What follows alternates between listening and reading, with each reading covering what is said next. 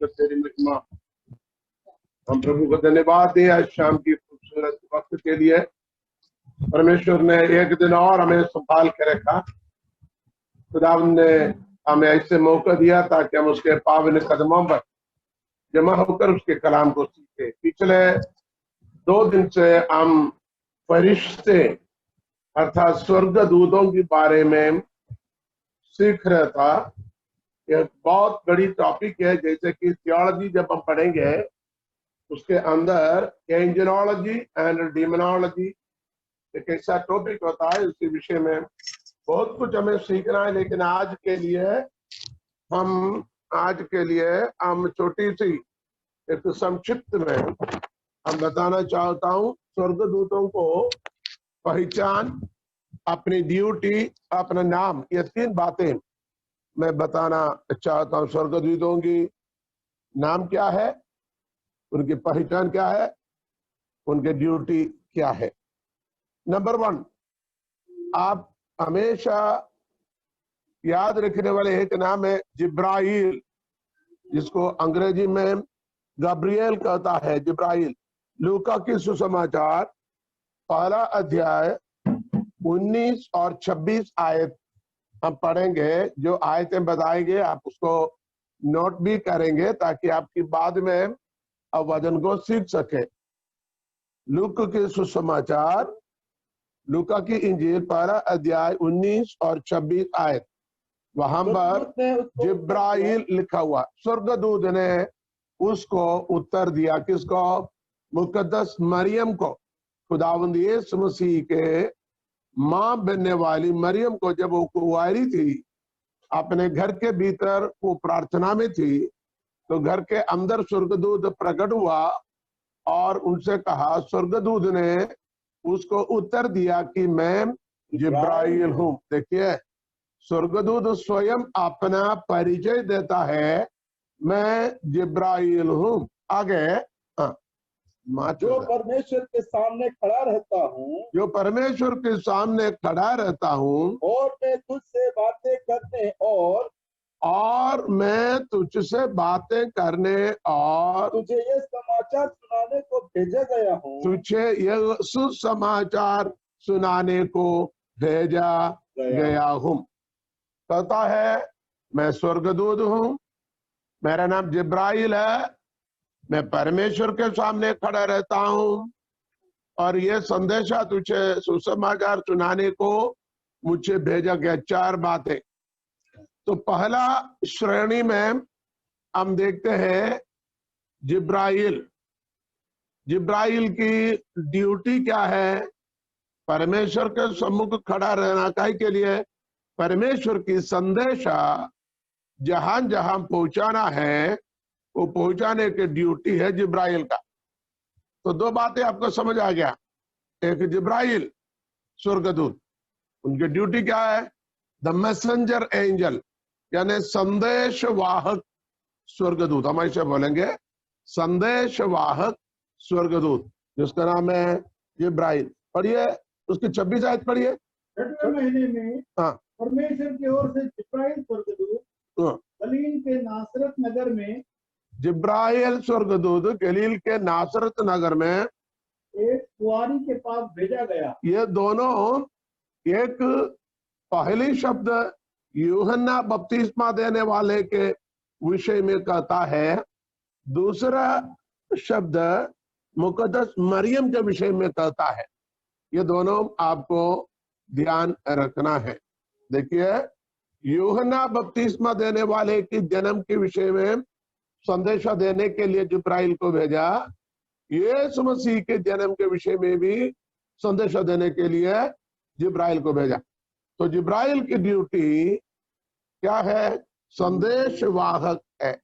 एक और बात हम ऐसे सीखेंगे, जिब्राइल संदेश वाहक स्वर्गदूतों की चीफ है, मुखिया है। एक ही स्वर्गदूत नहीं, इन्हें अलग अलग ग्रुप में बांटा गया है। तो संदेश वाहक संदेश को इधर उधर पहुंचाने वाले स्वर्गदूत होकर क्या करता है? उन्हें रखा है, उनका नाम है, उनके चीफ, उनका मुखिया का नाम है जिब्राइल। और दूसरे स्वर्गदूतों को भी नाम होगा, जरूर होगा, लेकिन वो श्रेणी क्या देता है? जिब्राइल। देखिए भारतीय सेना में खासकर 3 तरह के टीम होता है, नौसेना, थल सेना, वायुसेना। हम इसे क्या बोलते हैं? थल सेना, जल सेना, वायुसेना। ठीक उसी तरीके से इन्हें भी कैटेगराइजेशन किया हुआ है, ड्यूटी के हिसाब से उन्हें अलग अलग किया हुआ है। तो पहला शब्द हमने पढ़ा जिब्राइल। जिब्राइल, जिब्राइल के अर्थ क्या है? जिब्राइल का अर्थ है द वॉरियर ऑफ गॉड, परमेश्वर का योद्धा, परमेश्वर का योद्धा। जिब्राइल, एल का मतलब परमेश्वर, जिब्राइल, एल का मतलब परमेश्वर, जिब्राइल का मतलब परमेश्वर का योद्धा, the warrior of God. Hallelujah. और यहां पर हमने उसके ड्यूटी को देखा है, उसके नाम को देखा है। और हम पढ़ेंगे दानियल की प्रवचन पुस्तक, दानियल, दानियल नबी के सहीफा 8 बाब 15, 16 और 9 का 21, 8 अध्याय 15 और 16वीं आयत। दानियल ये बात दर्शन में लिखकर देखकर मैं दानियल इसके समझने का यत्न करने लगा। इतने में पुरुष का रूप खड़े हुए, पुरुष का रूप खड़े हुए कोई मेरे सम्मुख खड़ा हुआ दिखाई पड़ा। तब मुझे पूले नदी के बीच से एक मनुष्य का शब्द सुन पड़ा, जो पुकार कर कहता था, हे जिब्राइल, उस जन को उसकी देखी हुई बातें समझा दे। देखो यहाँ हम 3 व्यक्तित्व को हम समझ सकते हैं। एक पुरुष का समान एक व्यक्तित्व दानियल के सामने, तो दानियल है, दानियल के सामने पुरुष के समान में एक व्यक्तित्व। फिर उलई नदी के बीच से एक मनुष्य का शब्द, यानी एक मनुष्य के शब्द उलई नदी के बीच से, दानियल और दानियल के सामने पुरुष समान। आगे पढ़िएगा, आगे पढ़िएगा। 16। तब मुझे उले नदी के बीच से एक मनुष्य का शब्द सुनाई पड़ा, जो पुकार कर कहता था, वो पुकार कर कहता था, हे जिब्राइल, उस जन को उसकी देखी हुई बातें समझा दे। हे जिब्राइल, इसका मतलब पुरुष के समान जो दानियल के सामने खड़ा है वो जिब्राइल है। पुरुष के समान, पुरुष के समान जो दानियल के सामने खड़ा है वो जिब्राइल है। ये आपको समझ में आ गया? पुरुष के समान दानियल के समान सामने जो खड़ा है वो जिब्राइल है। ये आपने समझ आया? आप जिब्राइल को जो बता रहे हैं, जो उलई नदी के बीच से जैसे आवाज, वो शायद हमारे खुदावंदों का खुदा होगा। हमारा परमेश्वर जिब्राइल को कहता है, तेरे सामने जो पुरुष है ना, उसने जो दर्शन देखा है उसके अर्थ उसे समझा दे, उसकी देखी हुई बातें समझा दे। देखिए, हमें बातें समझाने के लिए स्वर्ग से, परमेश्वर की ओर से भेजा गया स्वर्गदूत का नाम है जिब्राइल। एक और आयत उसी सिलसिले में आपको पढ़ना है, 9 अध्याय उसकी 21वीं आयत। दानियल, तब वो पुरुष जिब्राइल जिसे मैंने उस समय देखा, जब मुझे पहले दर्शन हुआ था, उसने वेग से उड़ने की आज्ञा पाकर, देखो देखो देखो, यहाँ पर फिर कहता है जो पुरुष पहले मैंने देखा उसका नाम है जिब्राइल। तो पहला स्वर्गदूतों के ग्रुप को आपने सीखा है, उसका चीफ, उसके मुखिया का नाम है जिब्राइल। जिब्राइल नामक अर्थ होता है यहोवा का, यहोवा का योद्धा, परमेश्वर का योद्धा। उसकी दौती क्या है? परमेश्वर की संदेशा को जहां परमेश्वर जिसको प्रकट करना है वहां पर लेके जाना है। परमेश्वर की संदेशा को परमेश्वर से प्राप्त करके परमेश्वर के लोगों को बिल्कुल कुछ भी छिपाएगा नहीं, बल्कि पूरी की पूरी जैसे कि जैसे परमेश्वर प्रकट करता है लाकर अपने लोगों को प्रकट करने का दौत्य है एक स्वर्गदूत का। यहां पर एक संदेश मैं बताना चाहता हूं। जैसे कि हमने पहले दिन सीखा था, 7 दीवटों के बीच में खुदावंद यीशु मसीह, जो तेजोमय यीशु मसीह जो खड़ा था, उसके दाहिने हाथ में 7 सितारे थे। उसके आखिरी 20 आयत में लिखा था 7 सितारे 7 कलीसियाओं के दूध है। यहां पर दूध का एक दौत्य परमेश्वर की संदेशों को जरा सा भी फेर बदल ना करें, बल्कि जैसे ही परमेश्वर आपको प्रकट करेगा उसको बताना है। उसी को स्वर्गदूत कहा जाता है। ध्यान से सुने, यदि आप परमेश्वर के दूत हैं, प्रभु ने आपको कलीसिया में या परिवार में या समाज में या रिश्तेदारों के बीच में परमेश्वर के संदेशों को लेकर रखा गया है, तो आपके दौत्य परमेश्वर की संदेशों को जरा सा भी फेर बदल ना करना, बल्कि वैसे कि वैसे उसे प्रकट करना अनिवार्य। हालेलुया। यह परमेश्वर के स्वर्गदूत की दौत्य है। मत्ती के सुसमाचार पहला अध्याय 20वीं आयत पढ़िएगा। लूका पहला अध्याय का आयत हमने पढ़ा है, लेकिन मत्ती पहला अध्याय 20वीं आयत पढ़िएगा। जब वह इन बातों के सोच ही में था, तो प्रभु का स्वर्गदूत स्वप्न में दिखाई देकर कहने लगा, प्रभु का स्वर्गदूत स्वप्न में दिखाई देकर कहने लगा, हे यूसुफ, दाऊद के संतान, तो अपनी पत्नी मरियम को अपने यहाँ ले आने से मत डर। यहाँ पर आपको बात मालूम है, जब मरियम गर्भवती हुई करके यूसुफ को पता लगा, तब उनकी शादी हुआ नहीं, सिर्फ मंगनी हो चुका है। एक यहूदी स्त्री की विवाह का पहले यदि गर्भवती हो गई तो सबसे बड़े बदनाम। नंबर 2, उन्हें पत्थर मारकर उन्हें मार डाल दिया जाएगा। सिर्फ उन्हें नहीं, उनके पूरे खानदान को। इसलिए मरियम को अपने यहाँ ले आने से थोड़ा सा वो डर गया। वो बड़ी उपाय से, बड़ी चालाकी से मरियम को छोड़ने का, अर्थात अपनी भाषा में तलाक करने का, नहीं तो बहाना डालकर उसे शादी ना करने की योजना बनाई। इसलिए स्वर्गदूत आकर कहता है, दाऊद के संतान यूसुफ, तो मरियम को अपने यहाँ लेके आने से मत डर, क्योंकि जो उसके गर्भ में है पवित्र आत्मा की ओर से है। यहाँ परमेश्वर की संदेशा को लेकर स्वर्गदूत होता है।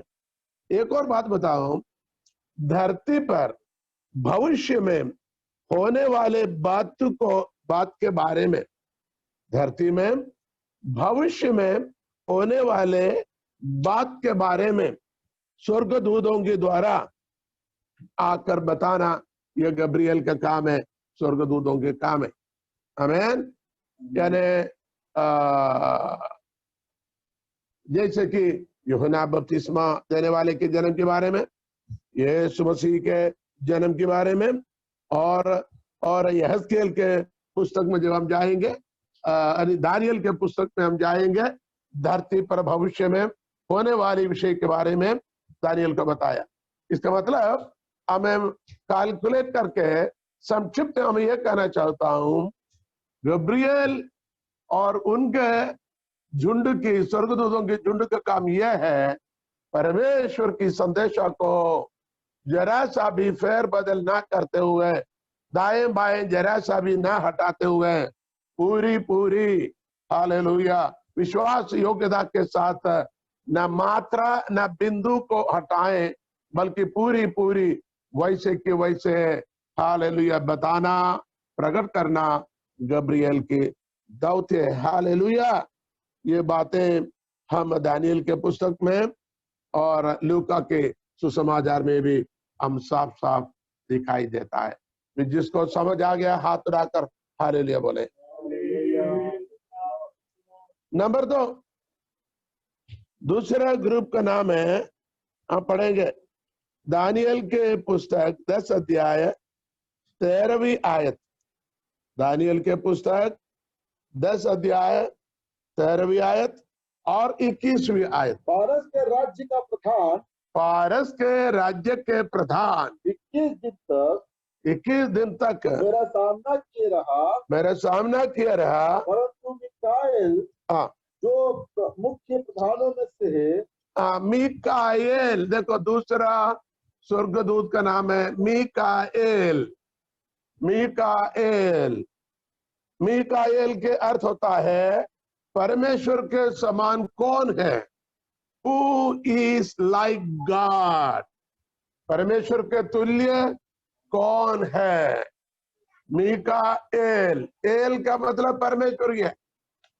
गब्रिएल, मिकाएल, ऊरिएल, इस प्रकार एल एल एल है ना, इस प्रकार एल शब्द से समाप्त होता है। तो परमेश्वर के समान कौन है। अच्छा, उसने क्या किया, नीचे पढ़िए। वो मेरी सहायता के लिए आया। अभी ये गवाही जिब्राइल फरिश्ता कहता है, मैं तेरे प्रार्थना के उत्तर को लेकर स्वर्ग से प्रभु ने मुझे भेजा, लेकिन मुझे आना था पारसी राज्य में। पारसी राज्य की सीमा पार कर आना था, क्योंकि ये घटना कहां पर हो रहा है, ये पारस में हो रहा है, ये इराक में हो रहा है, यूफ्रेटिस टाइग्रिस नदी के पास में हो रहा है।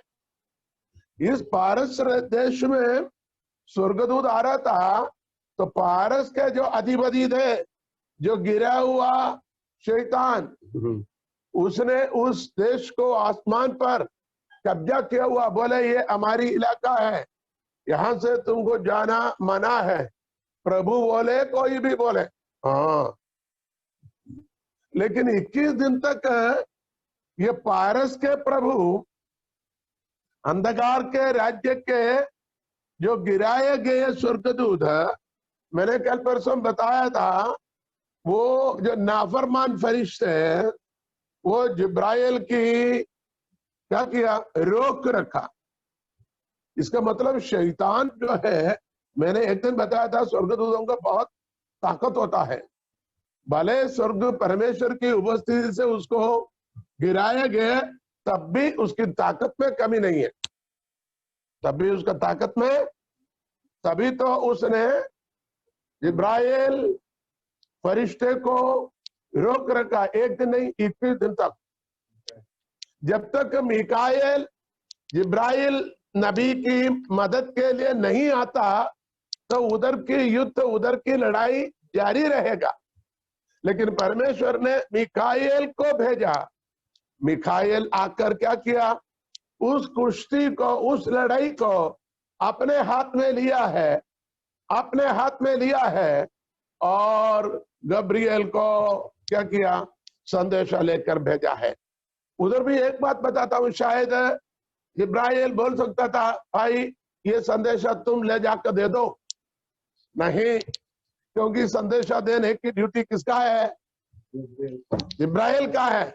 उसने मिकाएल को नहीं दिया, लेकिन मिकाएल ने आके पारस के प्रभु के साथ कुश्ती लड़ता रहा, और जिब्राइल नबी को, जिब्राइल फरिश्ते को आजाद किया, और वो आकर संदेशा दिया।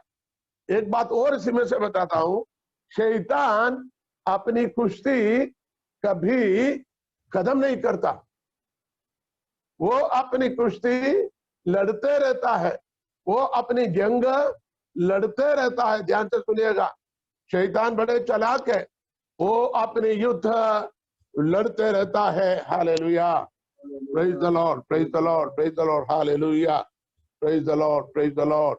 परमेश्वर के नाम की स्तुति हो, परमेश्वर के नाम की। अब यहाँ पर एक और बात हम देख सकता है, दानियल 10 अध्याय उसकी 13वीं आयत पढ़िए। अभी 13 पढ़ा ना, अच्छा ठीक है, 13 पढ़ा। अब 21वीं आयत पढ़िए। जो कुछ सच्ची बातों से भरी हुई हाँ, पुस्तक में लिखा हुआ है हाँ, वह मैं तुझे बताता हूँ। हाँ। उन प्रधानों के विरुद्ध तुम्हारे प्रधान मिकाएल को छोड़ तुम्हारे प्रधान मिकाएल को छोड़ मेरे संग स्थिर रहने वाला हाँ, और कोई भी नहीं है। मिकाएल आकर मेरे संग स्थिर रहने वाला और कोई भी नहीं। ये भी कौन कह रहे हैं? जिब्राइल कहता है मेरे संग स्थिर रहने वाले जिब्राइल है, मेरे साथ रहा, मेरी कुश्ती में उसने मदद किया, है ना। ये दानियल को कहता है।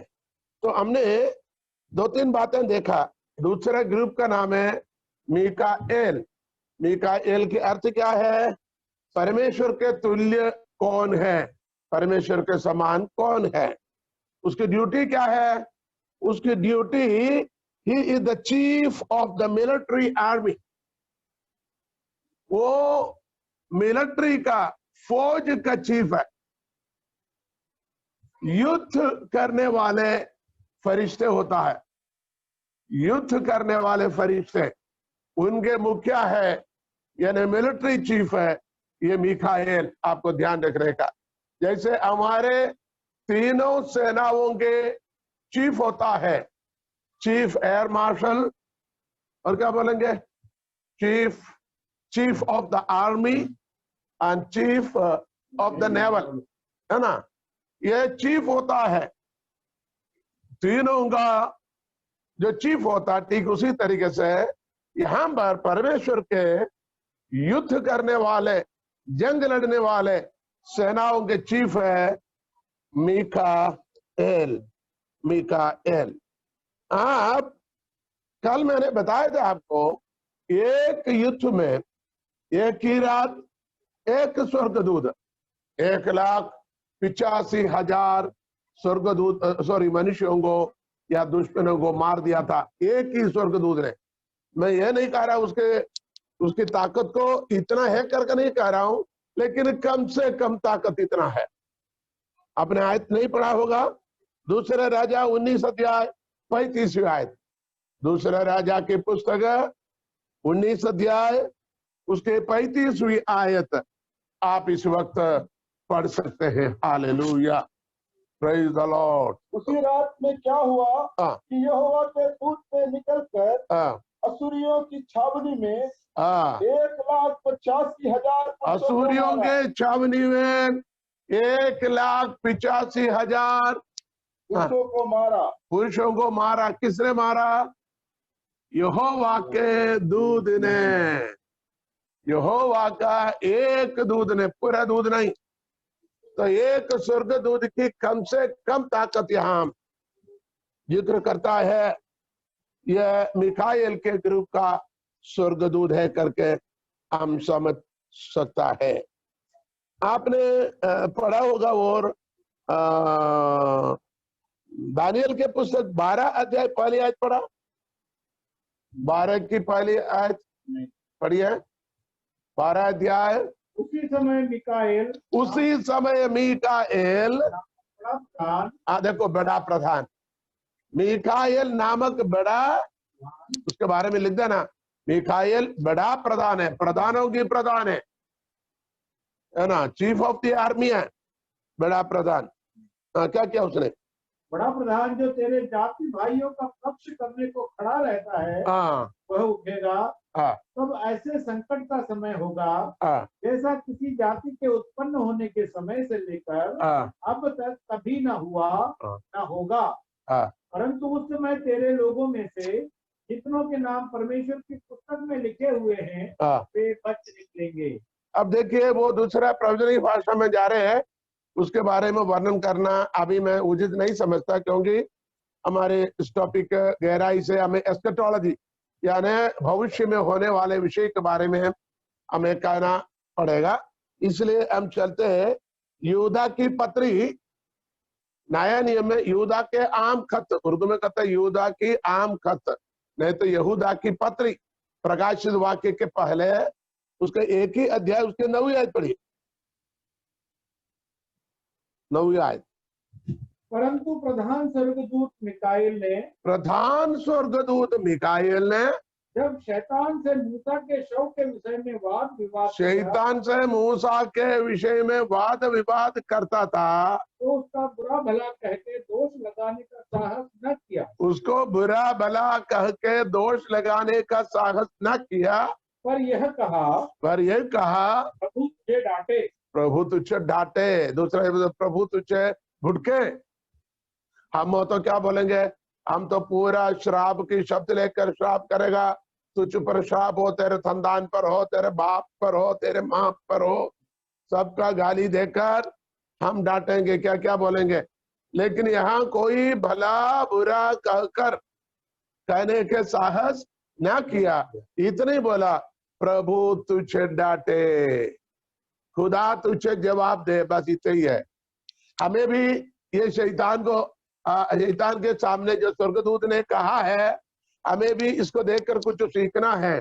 जब हमारे विरुद्ध हर तरह की बुरी बातें जब कहता है, हमारे खिलाफ दोष लगाता है, तो हम उनका दोष लगाने वाले के ऊपर दोष न लगाओ। वचन में लिखा हुआ, तुम पर दोष लगाने वालों पर तो दोष ना लगाओ।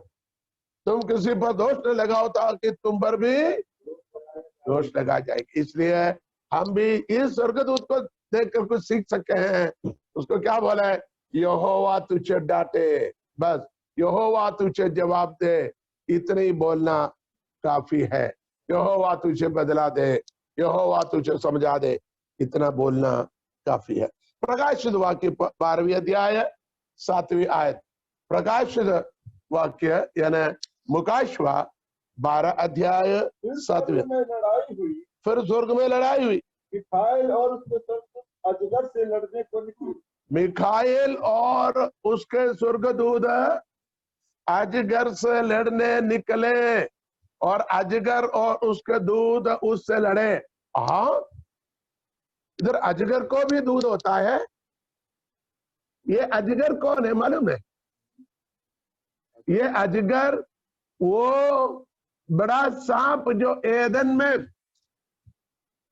एदन में आदम हवा को बहकाने के लिए जो सांप आया, एक्चुअली वो सांप नहीं था, सांप में प्रवेश हुआ था। अर्थात ये बड़ा अजगर लूसीफर है। लूसीफर, उसके बारे में अब हम सिखाएंगे, फिर आप उसको समझेंगे। बड़ा अजगर अर्थात लूसीफर, जिसको अधा गड़े में बांध कर रखा हुआ है। जब आधा गड़े से उसको खोल दिया जाएगा, लूसीफर, कल डॉक्टर साहब पूछ रहे थे और भी है क्या? हाँ, इधर लिखा हुआ अजगर और उसके दूध और उसके दूध, उसके साथ में बहुत सारे दूतों की टुकड़ी है, सेना है, उनके साथ में रहता है। और इस सिलसिला में और हमें आयत को सीखना है। अभी हम मिकाएल के बारे में सीख रहे। प्रभु यीशु मसीह के दूसरी आगमन पर अब पहला थिस्सलुनीकी 4 अध्याय 16वीं आयत जब सीखेंगे, पहला थिस्सलुनीकी 4 अध्याय 16वीं आयत जब हम सीखेंगे, प्रभु आप ही स्वर्ग से उतरेगा। उस समय ललकार और दूत का शब्द सुनाई देगा, और प्रधान दूत के शब्द सुनाई देगा। देखो, प्रधान दूत का शब्द सुनाई देगा और परमेश्वर की तुरही प्रभु यीशु मसीह स्वर्ग से दूसरी आगमन पर जब स्वर्ग से उतर आएगा, वहां पर प्रधान दूत के शब्द सुनाई देगा। अरे भैया, प्रधान दूत की इधर क्या रोल है? वाले का प्रभु आप ही स्वर्ग से उतरेगा, उस समय ललकार और प्रधान दूत का शब्द सुनाई देगा। ललकार सुनेगा। ललकार के मतलब क्या? जोर की आवाज, डांटते हुए। हाँ, किसी को डांटते, क्या चढ़ाई करते ना। चढ़ाई। यहाँ ललकार हमारे उल्प्रापन, हमारे हमारे उत्प्रापन क्या बोलेंगे, उठाए जाना, स्वर्ग में उठाए जाने को आसमान में रोकने वाले अंधकार की बहुत बड़ी एक फौज है। हाँ, एक बहुत बड़ी विषय, इसके बारे में हमें सीखना है, आने वाला समय पर सिखाऊंगा। अंधकार में आकाश, इसलिए एफेसियों की पत्री 6 अध्याय में लिखा हुआ है, तुम्हारा मल्ल युद्ध लहू और मांस से नहीं, प्रधानों, अधिकारियों, ये अंधकार की हाकिमों से और उस दुष्टता की आत्मिक सेनाओं से है, आकाश में रहता है। अरे भैया, आकाश में सेना क्यों रहता है? आकाश में दुष्टता की सेना इसलिए रहता है, हमारे उठाए जाना, जिसको उल्प्रापन बोलेंगे, हमें हमारे रैप्चर बोलेंगे, रैप्चर उठा लिया जाना, हमें धरती से स्वर्ग की ओर उठाकर ले जाने के लिए, जहां स्वर्ग से प्रभु यीशु मसीह अपने स्वर्ग दूतों के साथ उतर कर बीचे आसमान तक आएगा, बिचली आसमान तक आएगा, तो वहां पर हमारे उठाए जाने को रोकने वाला आकाश के दुष्ट सेनाएं हैं। उस दुष्ट सेनाओं को ढांटने का शब्द है ललकार। कितने को समझ आ गया है? हमारे स्वर्ग की ओर ले जाने का, उस प्लानिंग को, योजनाओं को नष्ट करने वाला अंधकार के ताकत को, दुष्ट सेना को खुदावंद यीशु अपने मुंह की श्वास से बर्बाद करेगा। वचन में लिखा हुआ, अपने मुंह की श्वास से उन्हें बर्बाद करेगा। हालेलुया। और वहां यह भी लिखा गया, क्या लिखा था? और क्या लिखा हुआ? शायद को फिर निकाल दिया। क्योंकि प्रभु आप ही स्वर्ग से उतरेगा, उस समय ललकार और प्रधान दूत का शब्द सुनाई। प्रधान दूत का शब्द, दूत, प्रधान दूत कौन है? यहां मिकाएल है, वहां पर लड़ाई करेगा, किसके साथ है? शैतान के साथ। वो युद्ध की ललकार करेगा, प्रधान युद्ध, आ जाओ। इतने साल से आसमान के रास्ताओं को बंद कर कर कलीसिया को उठाए जाने को रोक रखने वाले तमाम शैतान की ताकत को नष्ट करने के युद्ध की जंग की पुकार वहां पर होगा। वही लिखा हुआ है, प्रधान दूत की यानी ललकार लिखा हुआ है। आपने बात को समझ लिया होगा। प्रभु आपको आशीष दे। आपने दानियल के पुस्तक 12 की पहली आयत को आपने पढ़ा है, प्रकाशित वाक्य 12 की पहली आयत पढ़ी है, मुकाशवा प्रकाशित वाक्य 12 अध्याय पहली आयत, वहां पर भी इसी सिलसिले में स्वर्ग में एक बड़ा चिन्ह दिखाई दिया, जो सूर्य ओढ़े हुए थी और चांद उसके पांव तले था और उसके सिर पर 12 तारों का मुकुट था। वह गर्भवती हुई और चिल्लाती थी क्योंकि प्रसव की पीड़ा में थी। एक और चिन्ह स्वर्ग में दिखाई दिया, आगे पढ़ो। और देखो एक बड़ा लाल अजगर था। लाल अजगर, एक बड़ा लाल अजगर था, उसके 7 सिर और 10 सींग थे और उसके सिरों पर 7 राज मुकुट थे। उसकी पूंछ ने आकाश के तारों की 1/3 को खींचकर पृथ्वी पर डाल दिया। वह अजगर उस स्त्री के सामने जो जच्चा थी खड़ा हुआ कि जब वो बच्चा जने तो उस बच्चे को निगल जाए। बच्चे को निगलने के लिए उस स्त्री के सामने, गर्भवती स्त्री के सामने खड़े हैं। आगे, वह बेटा जनी जो लोहे का दंड लिए हुए, लोहे की दंड लिए हुए सब जातियों पर राज करने पर था, सब जातियों पर राज करने पर था। और वह बच्चा एकाएक परमेश्वर के पास और उसके सिंहासन के पास उठाकर, और उसका सिंहासन के पास उठा कर पहुंचा दिया। और बस ठीक है, इतना ठीक है। यहां पर शायद आपको एक शक होगा, ये क्या है? यहां पर बहुत तरह की गलत व्याख्या दुनिया के अंदर है। बहुत से लोग कहता है ये रोमन कैथोलिक लोग, कलीसिया वाले सिखाता है ये मुकद्दस मरियम है, माता मरियम है, और बच्चा यीशु मसीह है, इस प्रकार सिखाता है।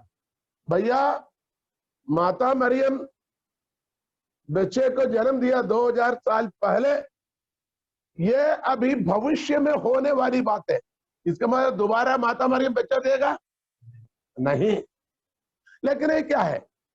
परमेश्वर के वचन के अंदर पूरा सिंबलाइज्ड है, यानी चिन्ह में प्रकट करता है। यहां ये स्त्री क्या है? ये स्त्री, इसको कहता है सार्वलौकिक कलीसिया। हमेशा स्त्री क्या होता है? कलीसिया है, दुल्हन है, ठीक है ना? ये दुनिया है, दुनिया के अंदर यानी सार्वलौकिक कलीसिया के अंदर एक प्रसव पीड़ा है, एक बच्चे को जन्म देने का एक पीड़ा है। ये बच्चा कौन सी है? ये है पवित्र कलीसिया, ये पवित्र कलीसिया। क्योंकि ये धरती के अंदर, ऐसे क्यों कह रहे हैं? धरती के अंदर अभी हजारों लाखों कलीसिया है, सब बोलते हैं हम पवित्र है, सब बोलते हैं हम पवित्र, सब बोलते हैं हम सही है, वो गलत है, वो सही है, हम गलत है। इसी प्रकार एक बहुत बड़ी कंफ्यूजन दुनिया में है, लेकिन अभी दर्द हो रही है। लेकिन लाल अजगर खड़ा है, इस कलीसिया को क्या करे? इस बच्चे को खत्म करे। शैतान की कार्य आज भी दुनिया के अंदर कलीसिया को खत्म करना है।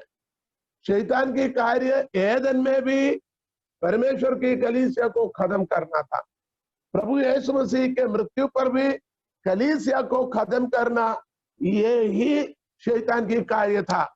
इसलिए उसके पसली में मारा, उसके बाजू से, उसके बाहों से पसली के अंदर इतना जोर से मारा, वहां से बड़ा छेद हुआ, वहां से लहू बहा, बाद में पानी भी बहा। क्योंकि शैतान को देखना था कलीसिया कहां छिपा हुआ है, क्योंकि कलीसिया हमेशा खुदावंद यीशु मसीह के हृदय के अंदर छिपा हुआ है। आदम को जब बनाया, हव्वा आदम अंदर थी, इसलिए आदि में परमेश्वर ने नर और नारी कर कर उन्हें जन्म दिया, नर और नारी कर कर उन्हें जन्म दिया था। अब शैतान को मालूम नहीं था ये कहां पर बैठा है, इसके अंदर होगा। चलो उसको खत्म करने की कोशिश किया, लेकिन उधर भी शैतान हार गया है। इधर ध्यान से सुनिएगा, हम क्या बात कर रहे थे? हालेलुया। ये स्त्री सार्वलौकिक कलीसिया दुनिया को दिखाता, अपने भाषा में दुनिया है। इसके अंदर से एक बच्चे की जन्म होना, जो पवित्र कलीसिया की जन्म होना, जन्म हो गया। जन्म होते से उसको खत्म करने के लिए असली मसीही कलीसिया को, दुल्हन को खत्म करने पर शैतान कमर कसकर, क्या लिखा हुआ है? तुम्हारे प्रतियोगी क्या करता है? धारने वाले शेर की मानिंद ढूंढता फिरता है कि वो किसको फाड़ खाऊं। वो फाड़ खाने के लिए लगा हुआ है। लेकिन जैसे प्रसव हुआ, बच्चे को कहां उठा लिया? परमेश्वर के सिंहासन के पास उठा लिया। उसके हाथ में क्या है? दंड है, अधिकार का दंड है। ये अधिकार का दंड कलीसिया को, क्योंकि ये अधिकार दुनिया के अंदर प्रभु यीशु मसीह के आगमन की बाद जो कलीसिया है, फिर दुनिया पर कलीसिया राज करेगा, फिर हम राज करेंगे।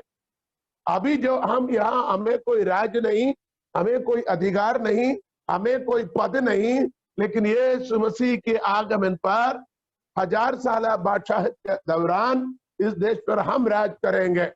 हालेलुया। इसलिए कहता है उसको उठा लिया गया, उसके हाथों में वो अधिकार के दंड था। अब यहाँ पर उस अजगर के बारे में आप देखते हैं।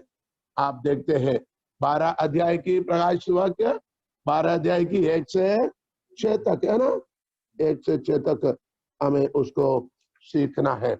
मिखाएल और उनकी सेनाओं को परमेश्वर ने युद्ध लड़ने के लिए रथ दिया है, तलवार दिया है, अग्निमय रथ, अग्निमय घोड़े और तलवार भी दिया हुआ है, जिसके बारे में दूसरे राजा 2 अध्याय 11वीं आयत में पढ़ते हैं, 6 अध्याय 16 और 17 में भी पढ़ते, पढ़िएगा। हालेलुया। दूसरा राजाओं के पुस्तक 2 अध्याय 11वीं आयत। वे चलते चलते बातें कर रहे थे कि अचानक एक अग्निमय रथ और अग्निमय घोड़ों ने उनको अग्निमय रथ और अग्निमय घोड़ों ने। अब आपको पढ़ना है 6 अध्याय में, चलिए उसकी 16 और 17। हालेलुया। उसने कहा मत डर, क्योंकि जो हमारी ओर है वो उनसे अधिक है जो उनकी ओर है। तब एलीशा ने यह प्रार्थना की, है यहोवा इसकी आंखें खोल दे, इसकी आंखें खोल दे ताकि ये देख सके। आगे, तब यहोवा ने सेवक की आंखें खोल दी और जब वह देख सका तब क्या देखता है कि एलीशा के चारों ओर का पहाड़ अग्निमय घोड़ों और रथों से भरा हुआ। अग्निमय घोड़ों और रथों से एक नहीं, अग्निमय घोड़ों, एक रथ नहीं, रथों से हजारों हजारों, करोड़ों करोड़ों रथों और घोड़ों उन्हें देख रखा है ताकि अपनी ताकत को दिखाएं। उनके वो इसलिए, क्या स्वर्गदूतों को क्या पहले हमने सीखा था, उनको कोई गाड़ी घोड़े की जरूरत नहीं, लेकिन यहाँ वो इसलिए प्रकट है ताकि जंग में, युद्ध में उसकी ताकत को दिखाने के लिए इन बातों को यहाँ जिक्र किया गया है। कितनी अच्छी बात है। आज हमने 3 बातों को सीखा है। चौथी बात को हम देखेंगे। चौथी बात है यशायाह की प्रवचन पुस्तिका 14 अध्याय 12वीं आयत। कल हमने पढ़ा था लेकिन एक बार और पढ़ेंगे। 14 अध्याय 12वीं आयत, एजेकिएल 28 के 12, 14 यशायाह 14 12, एजेकिएल 28 12।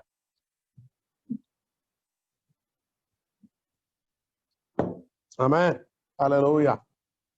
हे भोर के चमकने वाले तारे, तू कैसे आकाश से गिर पड़ा। अंग्रेजी में हम इसको क्या पढ़ता मालूम है? इंग्लिश ट्रांसलेशन डाल दे। इंग्लिश में ये लिखा हुआ है, how are thou fallen from heaven, O Lucifer, the son of morning। चमकने, भोर को चमकने वाले सितारे, अर्थात लूसीफर। तीसरा ग्रुप का नाम है लूसीफर। पहला जिब्राइल, दूसरा मिकाइल, तीसरा लूसीफर। लूसीफर का अर्थ वहां लिखा हुआ है सन ऑफ मॉर्निंग स्टार, उदय सूर्य का पुत्र। उदय सूर्य का पुत्र, चमकने वाले सितारे, सुबह की सितारे।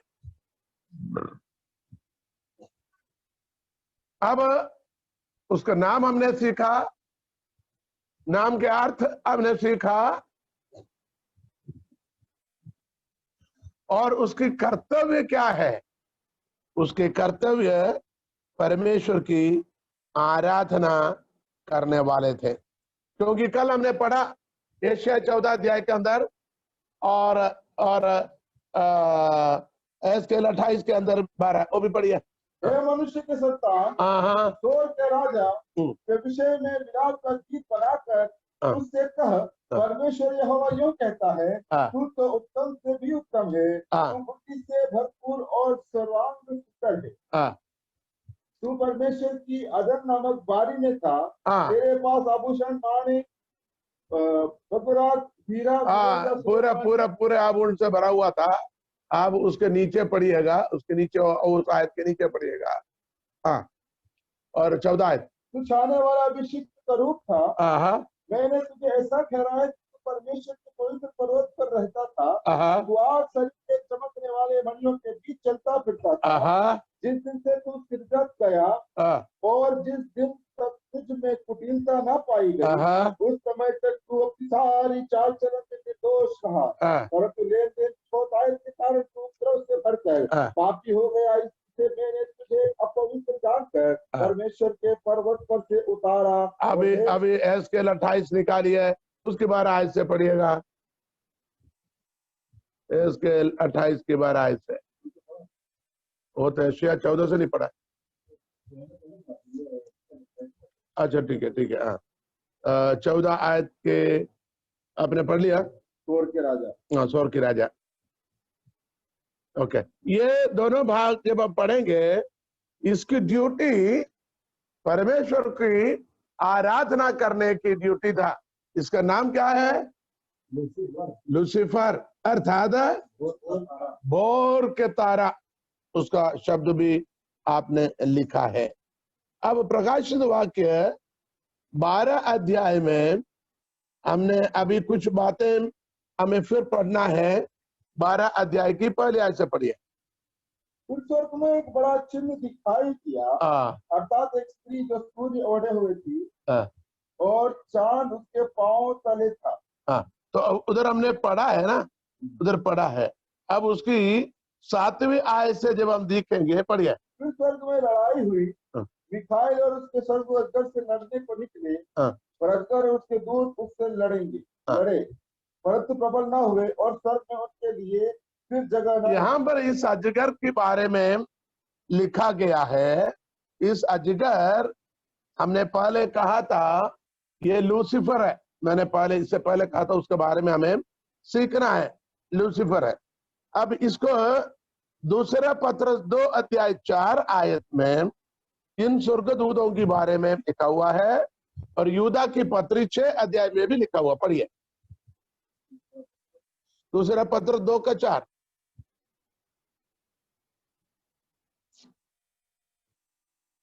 दूसरा पत्र 2 का 4। क्योंकि जब परमेश्वर ने उन स्वर्गदूतों को जिन्होंने पाप नहीं किया नहीं छोड़ा, पर नरक में भेजकर अंधेरे कुंडों में डाल दिया, ताकि न्याय के दिन पाप नहीं किया, जिन्होंने पाप किया नहीं किया, बोला नहीं छोड़ा। फिर से पढ़ो। क्योंकि जब परमेश्वर ने उन स्वर्गदूतों को जिन्होंने पाप किया नहीं छोड़ा, पर नरक में भेजकर अंधेरे कुंडों में डाल दिया, ताकि न्याय के दिन तक का बंदी रहे। और एक और आयत है, हमसे पहले भी पढ़ चुका है, हम यूदा की पत्री 6 आयत है, पाप किया हुआ।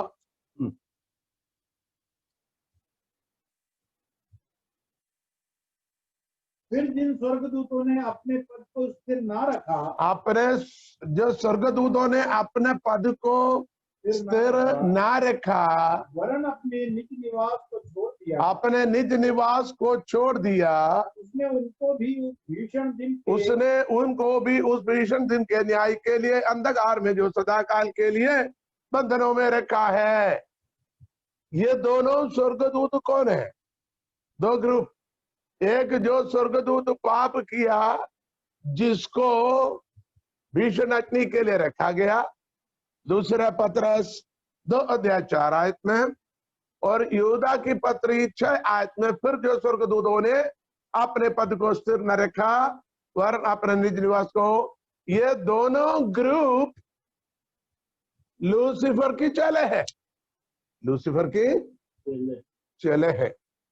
तो उनको कहाँ रखा हुआ है? उनको अंधकार के बंधनों में रखा है, ताकि अग्नि कुंड में उन्हें डाल दिया जाएगा। अभी उनकी अदालत ना बैठी, अभी उनके न्याय सिंहासन नहीं बैठे, अभी उन्हें डाल रखा है, बंद करके रखा है। ले एक दिन अदालत की न्याय सिंहासन खुलेगा। यहां पर हमें देखना है, स्वर्गदूतों में सबसे श्रेष्ठ होकर, सबसे महान होकर जिसकी रचना किया है वो लूसीफर का है, जिसके लिए आप यशायाह 14 और एस्केल 28 दोनों अध्याय की 12-12 आयत से नीचे पढ़ना है। वहां कई तरह की रत्नों से उन्हें बनाया, बड़ी महिमा से, प्रताप से उन्हें बनाया। वो पंख फसार कर पर्वत को ढाकता था। वो यानी वीणा यानी उस प्रकार की बाजों की आवाज उसी में से निकलता था। और इतनी खूबसूरत, इतनी महंगी हीरा जौहरा से उसे बना हुआ था, इतनी खूबसूरत है। एक शब्द कहता हूं, उसके समान, किसके समान? लूसीफर के समान किसी को इतना बहुमूल्य परमेश्वर ने नहीं बनाया। ये बहुत बड़ी एक टॉपिक है। आपके दोनों चैप्टर को पढ़े तो थोड़ा बहुत आपको समझ में आएगा। यशायाह 12 अध्याय और एजेकिएल 28 अध्याय, ये दोनों अब नोट करें। दोनों अध्याय की जो 12 आयत से नीचे पढ़ने का, वहां इनके बारे में आप समझ सकता है। अब एक और बात बताता हूं। इनकी ड्यूटी क्या था? इनकी ड्यूटी आराधना, एक भेद है। इनकी ड्यूटी आराधना करने का। इसने क्या पाप किया? इसने पाप क्या किया? बोलिए। हाँ, बोले प्रभु की आराधना हम दिन रात पर कर रहे हैं। अरे परमेश्वर से हम कोई कम नहीं है, और हमें इतने बहुमूल्य बनाया, तो ये लोग हमारी आराधना करें। तो परमेश्वर के तुल्य अपने आप को बना के रखे, ताकि और स्वर्गदूत इनकी आराधना करें। आपको समझ आ गया? अब एक और बात बताऊं, आज दुनिया के अंदर जितने भी आराधना स्थान है, जो मंदिर है, उसके अंदर की जो मूर्तियां हैं, देवी देवता हैं, ये सब उनके चेले लोग हैं। क्योंकि वो चाहता है मेरी आराधना करो। ऐसे बेटा अपना रूप दिखा के मेरी आराधना करो, ये पूरी इनके चेले हैं। इसके बारे में बहुत सारे सबूत है, लेकिन हालेलुया। लेकिन एक सच्चाई और, जिन स्वर्गदूत इतने अनमोल तरीके से परमेश्वर ने बनाकर, अद्भुत तरीके से बनाकर रखा था परमेश्वर की आराधना के लिए, उन स्वर्गदूत लोग पाप कर जहां से गिर गए, उसी स्थान में परमेश्वर ने मुझे और आपको बनाकर रखा है, ताकि हम उसकी सेवा करें, उसकी आराधना करें। तो ध्यान से सोचिए, उन स्वर्गदूतों से भी अनमोल है हम। मेरे बहनों भाइयों, जितने लोग वचन को सुनने वाले बेटियों, उन स्वर्गदूतों से भी अनमोल स्थान पर परमेश्वर ने आपको बना कर रखा। इतना भी नहीं, वचन कहता है हम स्वर्गदूतों को न्याय करेगा। हम परमेश्वर के साथ सिंहासन पर बैठकर एक एक स्वर्गदूत को पिटाई करने वाले हैं, न्याय करने वाला है। तो हम स्वर्ग से भी श्रेष्ठ है। इसलिए दुनियादारी चीजों को पीछे हमें भागकर हमारे आनंद जीवन को नाश नहीं करना। ये छोटी मोटी चीजों के पीछे हमें भागकर हमारे जीवन को नाश नहीं करना। हम स्वर्गदूत से भी हालेलुया श्रेष्ठ और अनमोल परमेश्वर ने बनाए रखा है। हालेलुया। हम परमेश्वर के नाम को धन्यवाद करते हैं, कितने बहुमूल्य तरीके से खुदावंद ने हमें बना कर रखा है। आज हमने स्वर्गदूतों के 3 ग्रुपों के बारे में सीखा है। हालेलुया। नंबर 1 इब्राहिम, ये तीनों श्रेष्ठ दूत। अच्छा, इसके बारे में 1-2 शब्द और कहना मैं चाहता हूं। ये इनके पहचान होता है। अब बाकी हम कल सीखेंगे, क्योंकि बहुत बड़ी टॉपिक में जाएगा, इसलिए हमें बाकी भाग कल सीखेंगे। लेकिन आज हमने 3 ग्रुप के बारे में सीखा। एक जिब्राइल वो चीफ ऑफ द मैसेंजर, संदेश वाहकों की चीफ है, मुखिया है। उसके अर्थ क्या है? परमेश्वर की योद्धा, और परमेश्वर की उपस्थिति में हमेशा खड़े रहता। काहे के लिए? परमेश्वर की आज्ञा संदेशा क्या है, और सुनकर किसको पहुंचाना? हमारे पास लेके आता। हालेलुया। आपके लिए मेरे लिए सेवा करने वाले, संदेशा पहुंचाने वाले स्वर्गदूत प्रभु के सामने खड़ा है, जिसका नाम है जिब्राइल। और दूसरा है मिकाएल, उसका नाम है हु इज लाइक गॉड, परमेश्वर के समान कौन है, परमेश्वर के तुल्य कौन है। लेकिन लूसीफर क्या कहता है, मैं परमेश्वर के तुल्य बनूंगा। देखिए लूसीफर